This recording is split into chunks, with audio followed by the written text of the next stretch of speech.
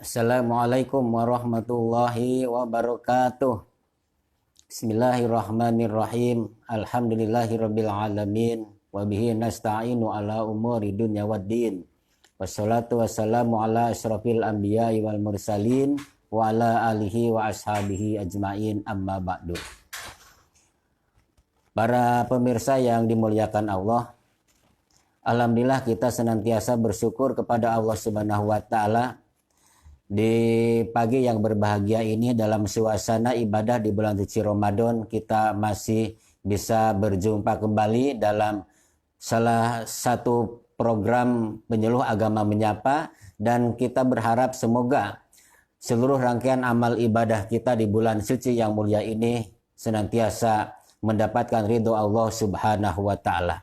Para pemirsa yang dimuliakan Allah, tentu kita tidak ingin menyia-nyiakan kesempatan Allah berikan kepada kita pada tahun ini kembali berjumpa dengan bulan suci Ramadan yang memang kita tunggu-tunggu, kita rindukan kehadirannya, dan sekarang kita sudah ada di dalamnya, dan kita tidak boleh menyia-nyiakan kesempatan yang mulia ini.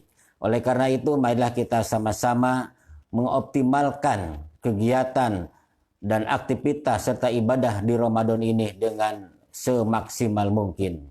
Tentu kita dalam mengoptimalkan ibadah di bulan Ramadan ini adalah ada beberapa target yang harus kita tempuh, harus kita capai.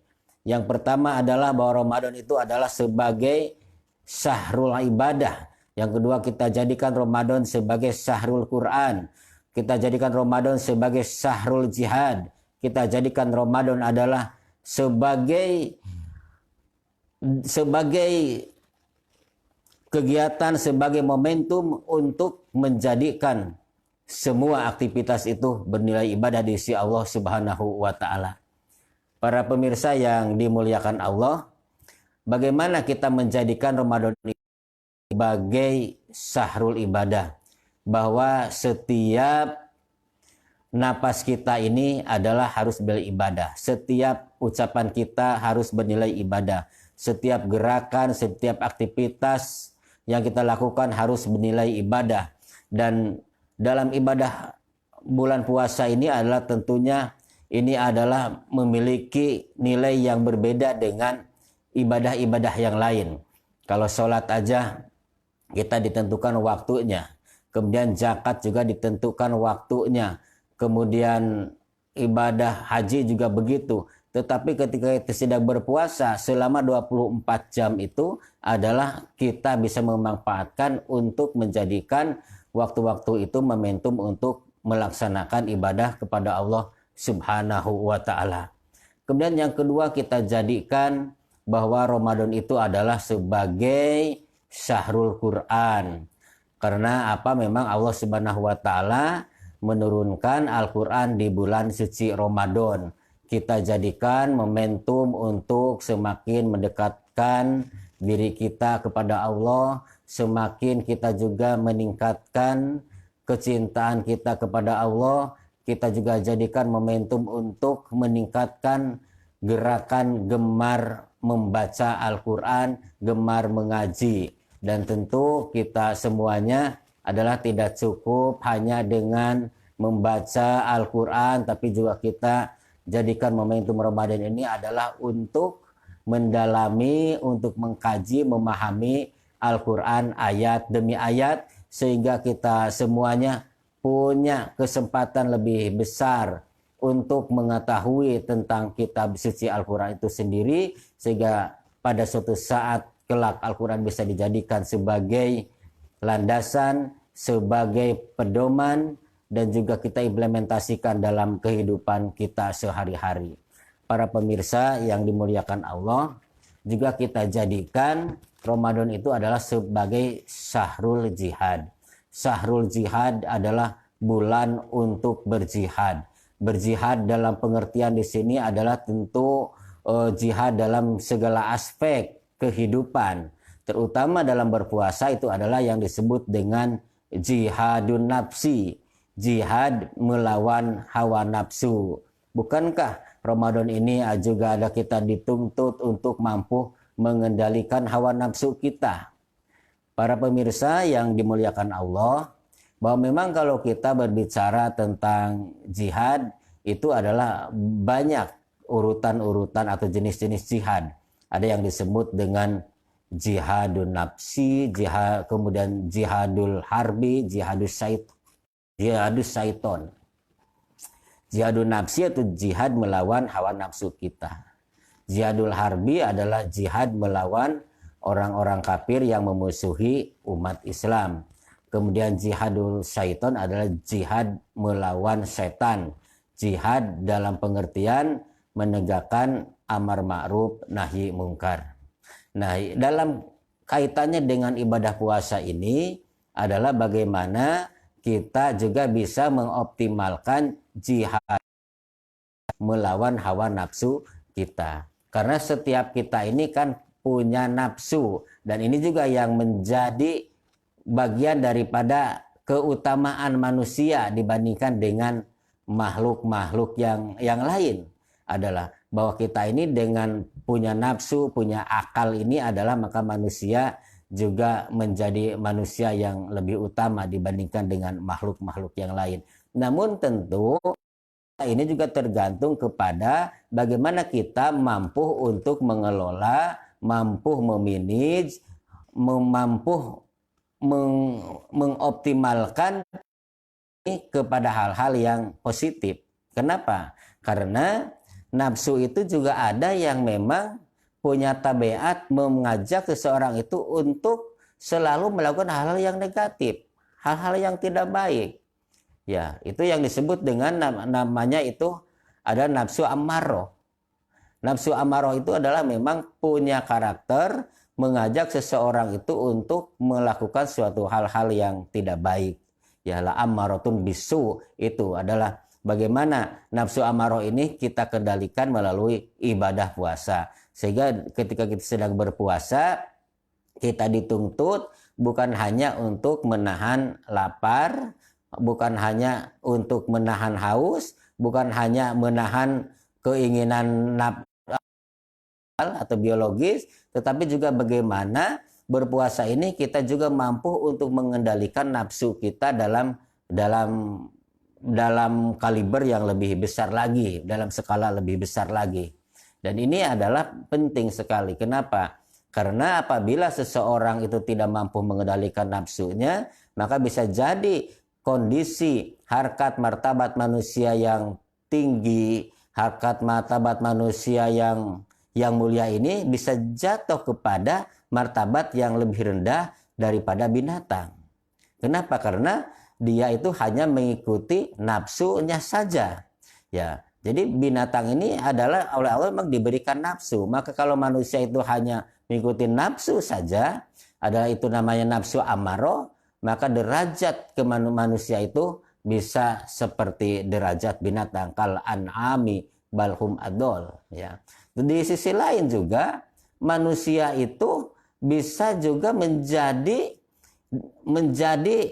makhluk yang lebih mulia, bahkan lebih mulia dibandingkan dengan para malaikat. Andaikan manusia itu mampu juga memanage nafsunya itu, yaitu dengan nafsul mutmainnah namanya. Jadi nafsul mutmainnah ini adalah nafsu yang ada pada diri seseorang yang punya tabiat untuk mendorong, mengajak seseorang itu hanya untuk melakukan hal-hal yang positif, hanya untuk melakukan hal-hal yang baik, hal-hal yang mulia. Dia melakukan sesuatu pekerjaan itu dari objek-objek yang diridhoi oleh Allah Subhanahu wa taala. Itu adalah nafsul mutmainnah. Dan seseorang yang memiliki nafsul mutmainnah ini derajatnya bisa lebih mulia dibandingkan dengan derajat malaikat. Kalau saja malaikat itu tugasnya hanya beribadah, hanya taat kepada Allah, menjalankan apa-apa yang diperintahkan oleh Allah Subhanahu wa taala, itu suatu hal yang wajar. Kenapa? Karena malaikat tidak diberikan nafsu. Tetapi kalau manusia itu bisa melakukan hal yang baik, hal yang positif adalah melakukan ketaatan kepada Allah Subhanahu wa taala, itu memiliki nilai yang lebih daripada para malaikat, karena memang manusia itu harus melalui proses melawan, memerangi hawa nafsunya itu, sehingga dia itu bisa melakukan hal yang baik itu. Ini adalah sebuah perjuangan, ini sebuah mujahadah kepada Allah Subhanahu wa taala. Sayang kita ini sebagai manusia ada di posisi tengah-tengah, kebanyakannya begitu, yaitu yang dikuasai oleh namanya nafsu lawamah. Nafsu lawamah inilah nafsu yang pelin-pelan, ya, nafsu yang tidak konsisten, itulah kebanyakan daripada manusia. Kadang-kadang imannya itu sewaktu-waktu naik, sewaktu-waktu turun. Kadang-kadang yazid, kadang-kadang yankus. Kadang-kadang imannya itu bertambah, kadang-kadang imannya itu adalah berkurang. Itulah adalah memang kebanyakan daripada manusia. Dan kalau memang ada orang seperti itu, itulah namanya manusiawi. Tapi bagaimana kita sebagai manusia yang oleh Allah diberikan akal, maka ia mampu mengendalikan bahwa nafsu-nafsu itu adalah yang lebih berperan adalah nafsu mutmainah. Jadi nafsu lawamah ini adalah memang seringkali terjadi pada kita. Kadang-kadang orang itu kalau misalnya sedang di masjid, dia kelihatan menjadi orang yang takwa. Sedang di majlis taklim kelihatan menjadi orang yang baik. Ketika di bulan suci Ramadan, dia kelihatan menjadi orang yang taat kepada Allah Subhanahu wa taala. Tetapi di luar sana itu dia sudah tidak lagi menjadi orang yang baik, menjadi orang yang bertakwa dan sebagainya. Oleh karena itu maka kita harus dijadikan momentum Ramadan ini sebagai momentum untuk melatih, mentraining, mentarbiyah diri kita. Agar diri kita ini yang sebelum puasa ini ketaatannya ini kurang menjadi meningkat. Ketakwaannya kurang menjadi meningkat, keimanannya kurang menjadi meningkat, dan seterusnya, dan seterusnya. Itu dalam berbagai macam bentuk kegiatan ibadah di bulan si Ramadan. Karena tadi disampaikan bahwa di Ramadan ini adalah 24 jam kita bisa jadikan sebagai momentum untuk beribadah kepada Allah Subhanahu wa taala. Para pemirsa yang dimuliakan Allah, itulah adalah bagaimana kita menjadikan bulan Ramadan ini sebagai syahrul jihad. Jihad melawan hawa nafsu, ya. Dan ternyata ini adalah jihad yang paling besar kata Rasulullah Shallallahu alaihi wasallam. Jadi Rasulullah pernah mengatakan bahwa jihadul akbar itu adalah jihad melawan hawa nafsu, melawan diri kita sendiri, ya. Melawan sifat-sifat negatif yang ada pada diri kita, ya. Melawan sifat-sifat kesombongan, sifat-sifat bagaimana dia sifat iri, sifat dengki, sifat serakah, dan seterusnya. Itulah yang harus kita lawan, harus kita perangi, sehingga ketika kita nanti keluar dari bulan si Ramadan ini, betul-betul kita menjadi insan kamil, menjadi insan yang bertakwa kepada Allah Subhanahu wa taala. Ya, ini ya yang pertama adalah namanya jihadun nafsi. Kemudian jihadus syaiton. Jihadus syaiton itu adalah jihad melawan setan, ya. Dalam beberapa pengertian yang lain ada yang juga mengatakan jihadus syaiton itu jihad melawan kemungkaran, jihad melawan kemaksiatan, jihad melawan berbagai macam bentuk-bentuk kedoliman dan lain sebagainya. Dan ini adalah kita harus bersama-sama untuk menguatkan dan bersatu padu untuk melawan yang namanya jihadus syaiton. Jadi setan dalam pengertian secara harfiah ya memang kita tidak bisa melihat setan. Ya, setan ini adalah makhluk gaib, ya. Tetapi kalau dilihat dari segi pengertian kontekstualnya bahwa setan itu bisa kita lihat, yaitu tadi dalam bentuk berbagai macam bentuk kemaksiatan, dalam berbagai macam bentuk kedoliman, dalam berbagai macam bentuk kemungkaran yang ada di sekitar kita. Itulah adalah nama setan-setan yang harus kita perangi, ya, harus kita perangi, tugas kita semuanya.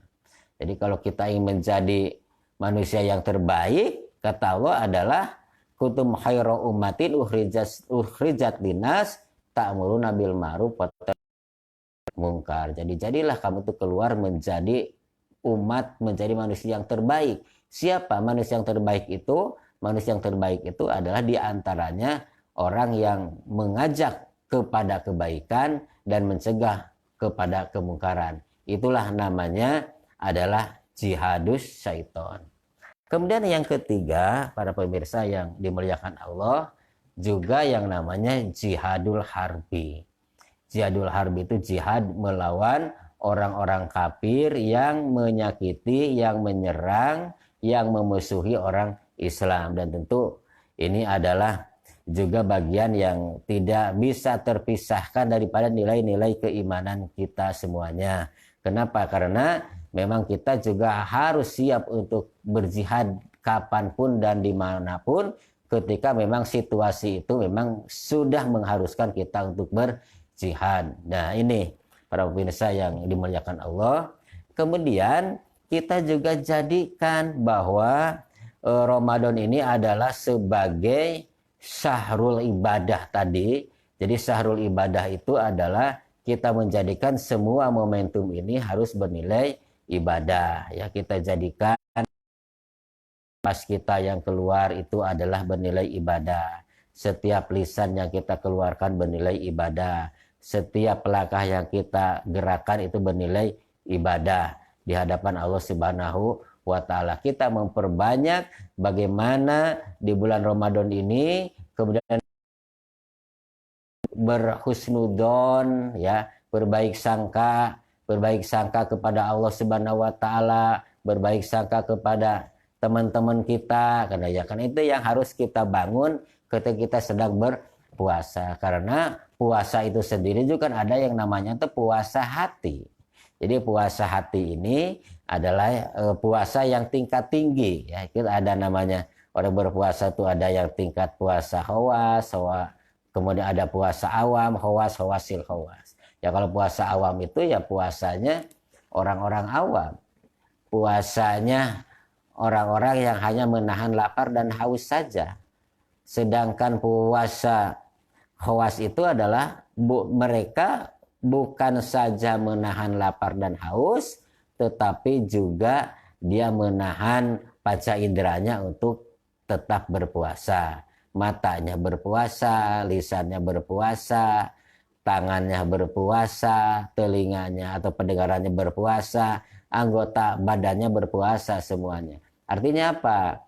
Bahwa hal-hal sekecil apapun yang memungkinkan bisa mengotori kesucian puasanya, yang hal-hal sekecil apapun yang mungkin bisa menghilangkan atau membatalkan nilai-nilai atau pahala-pahala ibadah puasanya dia jaga.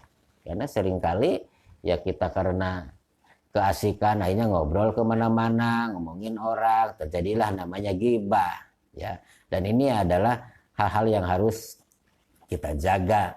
Ya, karena apa? Karena selain kita ini menjaga lapar dan haus, dan juga bagaimana kita menjaga ada hal-hal yang dapat membatalkan nilai-nilai ibadah puasa. Jadi ada hal-hal yang membatalkan ibadah puasa, ada hal-hal yang membatalkan nilai-nilai ibadah puasa. Jadi yang membatalkan nilai ibadah puasa itu adalah bagaimana kita juga menjaga panca indera ikut berpuasa gitu. Kemudian juga namanya puasa khawas. Khawas ini ada puasa hati, hatinya pun berpuasa. Dia selalu hatinya berzikir kepada Allah Subhanahu wa ta'ala. Selalu berbaik sangka, ya. Di hati berpuasa. Jadi dia tidak pernah dalam pikirannya itu atau dalam hatinya itu kemudian menyangka-nyangka sesuatu yang belum jelas ya. Apalagi pada saat sekarang ini di tengah-tengah bangsa kita ini bahkan dunia itu sedang dilanda wabah yang namanya COVID-19 ya. Dia udah banyak orang-orang yang berita-berita yang tidak benar gitu ya. Dan kemudian juga yang kemudian berprasangka yang hal-hal yang mungkin belum tentu kebenarannya dan sebagainya. Ini seringkali dengan adanya musibah ini, emosional seseorang ini juga adalah kadang-kadang banyak yang kurang terkontrol. Nah, ini mumpung kita bulan puasa, ini adalah merupakan bagian daripada ujian. Allah Subhanahu wa taala ingin menguji kesabaran kita. Allah ingin menguji keimanan kita bahwa setiap yang terjadi di muka bumi ini tidak ada yang terjadi kecuali atas izin Allah Subhanahu wa taala, kecuali atas takdir Allah Subhanahu wa taala. Kita harus menjalaninya. Sebagai orang yang beriman, ya kita harus bersabar, harus tabah. Dan tentu kita berusaha dengan cara apa ya? Dengan cara kita mengikuti protokol COVID-19. Kita mengikuti anjuran pemerintah, kita mengikuti seruan ulama. Ini adalah bagian daripada upaya dan usaha. Selain kita juga banyak berdoa kepada Allah Subhanahu wa taala. Ini juga termasuk bagian daripada kita ini adalah untuk menjaga dari Ramadan dan mengoptimalkan ibadah Ramadan adalah dengan cara kita banyak di rumah. Ya. Jadi banyak di rumah ini kita manfaatkan rumah ini adalah sementara ini kita jadikan sebagai masjid, sebagai tempat sholat, sebagai tempat ibadah, sebagai tempat tadarus Al-Quran, sebagai tempat berbagi dan lain sebagainya. Dan ini adalah ambil hikmahnya oleh kita semuanya. Para pemirsa yang dimuliakan Allah, dan bagaimana lagi kita dalam rangka untuk mengoptimalkan daripada ibadah puasa ini, bahwa jadikan sebagai momentum untuk taqarruban ilallah. Kita targetkan bahwa ibadah puasa ini sebagai cara kita untuk mendekatkan diri kita kepada Allah Subhanahu wa taala. Kenapa harus kita jadikan sebagai momentum untuk mendekatkan diri kita kepada Allah Subhanahu wa taala? Karena ibadah puasa ini ibadah yang sangat rahasia. Ibadah sir. Ya, ini ibadah yang tidak bisa dinilai oleh manusia. Jangankan orang yang tidak kenal dengan kita. Orang yang dekat dengan kita sekalipun nilai ibadah puasanya seseorang. Karena memang hanya dirinya dan Allah Subhanahu wa taala yang tahu tentang nilai-nilai tentang mutu dan kualitas daripada ibadah puasanya seseorang. Oleh maka ibadah puasa ini adalah momentum untuk mendekatkan diri kita kepada Allah, mentaqarrubkan diri kita kepada Allah, bahwa kita ini selalu merasa diri kita ini sedang bersama dengan Allah Subhanahu wa taala. Ya, itulah puasa. Walaupun kita sedang sendirian, kita tidak merasa sendiri, ada Allah. Sehingga kita tidak berani ya kemudian minum ataupun makan walaupun tidak ada orang. Karena kita yakin walaupun tidak ada orang yang lain yang melihat kita, Allah tetap melihat kita. Kamera ilahiyah tetap nyorot kepada kita, ya, nyoting kita. Ya, jadi ini yang menjadi yang sangat baik untuk kita manfaatkan. Bagaimana caranya kita merasa dekat dengan Allah Subhanahu wa taala ketika kita sedang berpuasa. Nah, ini para pemirsa yang dimuliakan Allah. Kemudian juga bagaimana di bulan Ramadan ini kita jadikan sebagai momen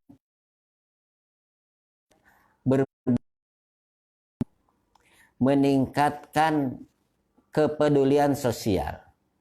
Artinya kita ini ibadah puasa itu bukan hanya untuk kesolehan individu, tetapi juga harus mampu menjadikan puasa ini menjadi momentum untuk meningkatkan kesolehan sosial, ya. Itu kesolehan sosial. Ya. Kalau secara individu ya kita udah tahu lah, kita semakin taat ya. Semakin taat kepada Allah, semakin disiplin ya. Terutama disiplin kita kalau kita mau buka puasa. Jadi kalau kita ini disiplin mau buka puasa, kita bisa disiplin, kenapa di hal-hal yang lain kok tidak bisa ya. Ya ini juga mentarbiah diri kita gitu ya. Nah, ini momentum untuk meningkatkan kepedulian sosial. Ya. Kenapa? Karena ketika sedang berpuasa kita berlapar-lapar, kita haus. Ya. Tapi mungkin laparnya kita itu terbatas hanya sampai maghrib saja. Haus kita hanya sampai maghrib saja. Ketika sampai waktunya, tiba waktu maghrib berbuka puasa, maka kehausan kita sudah hilang. Maka rasa lapar kita sudah hilang. Dan kita juga bisa menyantap berbagai macam makanan-makanan yang macam-macam, yang banyak, yang memiliki gizi, vitamin, minuman-minuman yang sehat.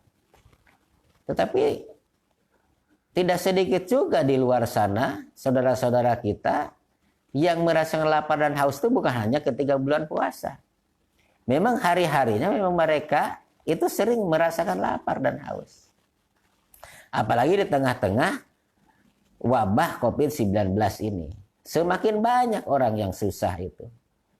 Semakin banyak orang yang melarat. Semakin banyak orang yang memerlukan bantuan dari kita semuanya. Ini momentum untuk meningkatkan kepedulian kita dengan sesama. Jadi kalau saja kita aja merasakan lapar, orang lain juga sama merasakan lapar. Para pemirsa yang dimuliakan Allah. Dan ini adalah Allah juga sedang mengajarkan kita, sedang mentarbiah kita, agar kita ini peduli dengan sesama. Sehingga Allah itu memberikan stimulus kepada kita. Barang siapa orang yang memberikan makan atau minuman untuk berbuka puasa, maka dia akan mendapatkan pahala seperti pahala yang didapatkan oleh orang yang berpuasa itu tanpa mengurangi sedikit pun pahalanya. Dan Allah Subhanahu wa taala juga melipat gandakan berbagai macam amalan-amalan yang dilakukan di bulan puasa. Bukan hanya Allah melipat gandakan ibadah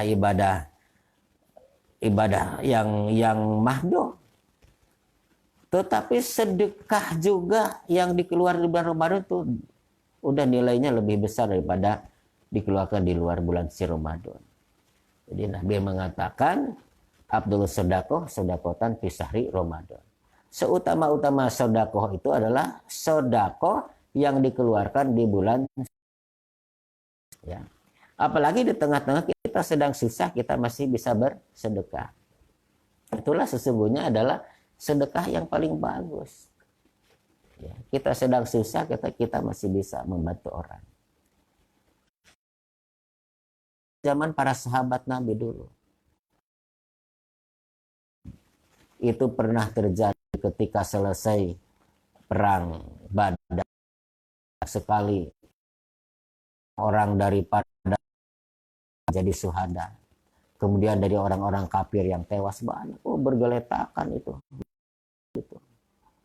Kemudian Umar datang ke teriak-teriak, aus. Kemudian oleh Umar bin Khattab disamperin sambil membawa air. Ketika sampai ke mulutnya, tiba-tiba di sampingnya ada lagi yang mengatakan aus. Langsung orang itu kemudian bungkem, tidak mau mendengar kepada saudara saya yang sebelah, mungkin dia lebih. Begitu juga seterusnya. Sampai setelah yang kedua juga mau dikasih air, dia mengatakan yang sama, di sebelahnya ada lagi yang tidak lain. Sampai akhir Khattab membawa air kepada orang yang ketiga, hembuskan napas terakhir. Kemudian air dibawa kepada kita, sudah tidak ada nyawanya.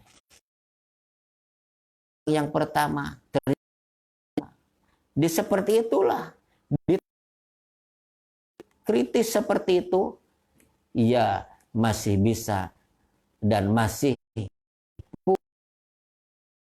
untuk menolong dan membantu orang lain. Nah, justru inilah sesungguhnya adalah nilai-nilai paling tinggi, nilai itu adalah kita memberikan sesuatu kepada orang itu adalah tentang sesuatu yang masih kita sukai.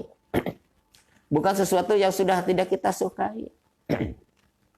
Kadang-kadang kita sering juga menemukan kegiatan-kegiatan mengumpulkan donasi-donasi untuk bencana alam. Marilah saudara-saudara kita kumpulkan barang-barang bekas, pakaian-pakaian bekas untuk disumbangkan kepada saudara-saudara kita sedang mendapatkan musibah. Dan kita kumpulkan baju-baju bekas, sampai berkarung-karung.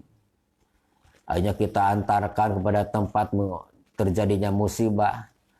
Ternyata barang-barang itu sudah sedikit sekali manfaatnya kita sampaikan. Kenapa? Karena semua orang itu mengumpulkan barang-barang bekas sampai numpuk, menggulung. Ya. Dan ini juga menjadi bekas. Coba kita rapihkan, mungkin di laundry dulu, kemudian dirapihkan dengan baik, disetrika dulu. Jadi ini juga merupakan suatu hal yang bagus. Mereka yang diberi juga merasa terhormat. Tapi yang lebih bagus lagi adalah kita memberikan tuh hal yang pakaian-pakaian baru. Karena memang nilai daripada sedekah itu yang paling bagus adalah kita memberikan sesuatu yang masih kita penginin, kita cintai, kita sukai. Itu yang paling berat. Para pemirsa yang dimuliakan Allah, paling berat sekali. Ya. Kita misalnya ini bisa punya HP. Gitu. HP kan bisa kita sukai. Ada orang yang membutuhkan. Kemudian kita kasih, ini berat sekali. Ya.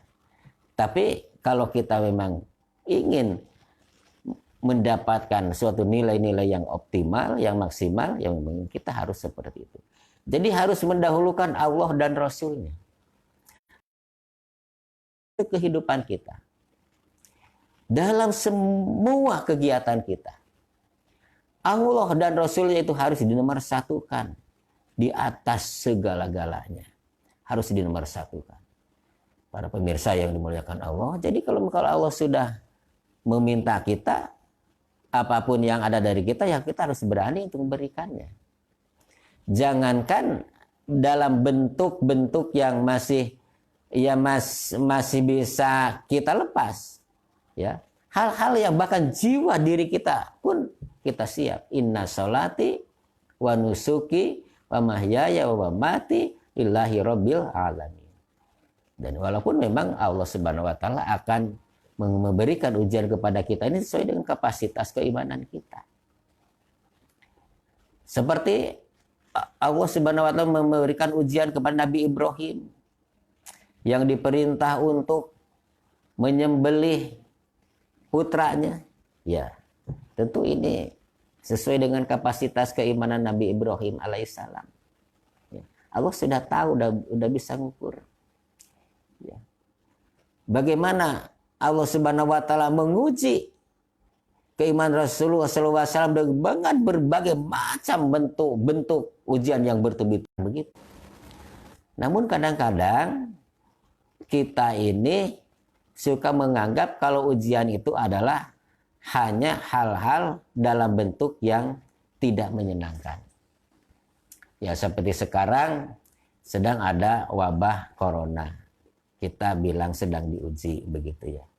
Tapi kalau tidak ada wabah corona, kita tidak mengatakan kita sedang diuji. Padahal ujian itu bisa saja dalam bentuk hal yang tidak mengenakan, hal yang sulit, yang menyusahkan. Bisa juga ujian itu dalam bentuk yang menyenangkan. Contohnya apa? Misalnya Allah Subhanahu wa taala memberikan uang yang banyak kepada kita. Misalnya Allah memberikan jabatan yang tinggi, Allah memberikan kesehatan, dan lain sebagainya.